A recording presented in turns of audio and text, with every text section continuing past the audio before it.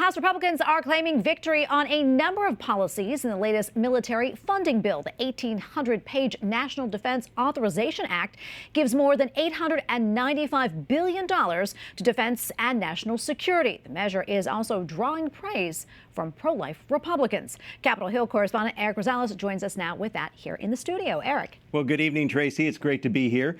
Republicans say that the 2025 NDAA will end the radical woke agenda being forced on our servicemen and women and restore the focus on our military lethality. Junior enlisted troops will see a significant pay bump, but it works also to eliminate DEI, which stands for Diversity, Equity, and Inclusion programs at the Pentagon, and address so-called gender-affirming care for minors. The Speaker of the House says it's a major victory.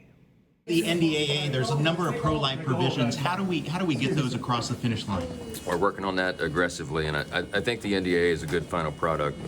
We took care of a lot of those concerns, so we'll see. Speaker Johnson added language to prevent the military's health program, Tricare, from covering gender-affirming surgeries for transgender children of service members. House Democrats say they want transgender rights protected. We have an outright ban on care that undoubtedly is saving lives of minors experiencing gender dysphoria and the anxiety and depression and suicidal thoughts that come with that. We are doing it because of ignorant, bigoted reasons against the trans community. Provisions allowing the DoD to pay for travel expenses for servicewomen to get an abortion remain, as does the Department of Veteran Affairs' ability to provide abortions in certain circumstances. The House Democratic leader is calling it a win. The attacks on reproductive freedom have been removed, and the attacks on diversity, equity, and inclusion have been removed, and that's a victory for the values important to the American people that Democrats strongly support. Some Republicans tell me it's too expensive. $9 billion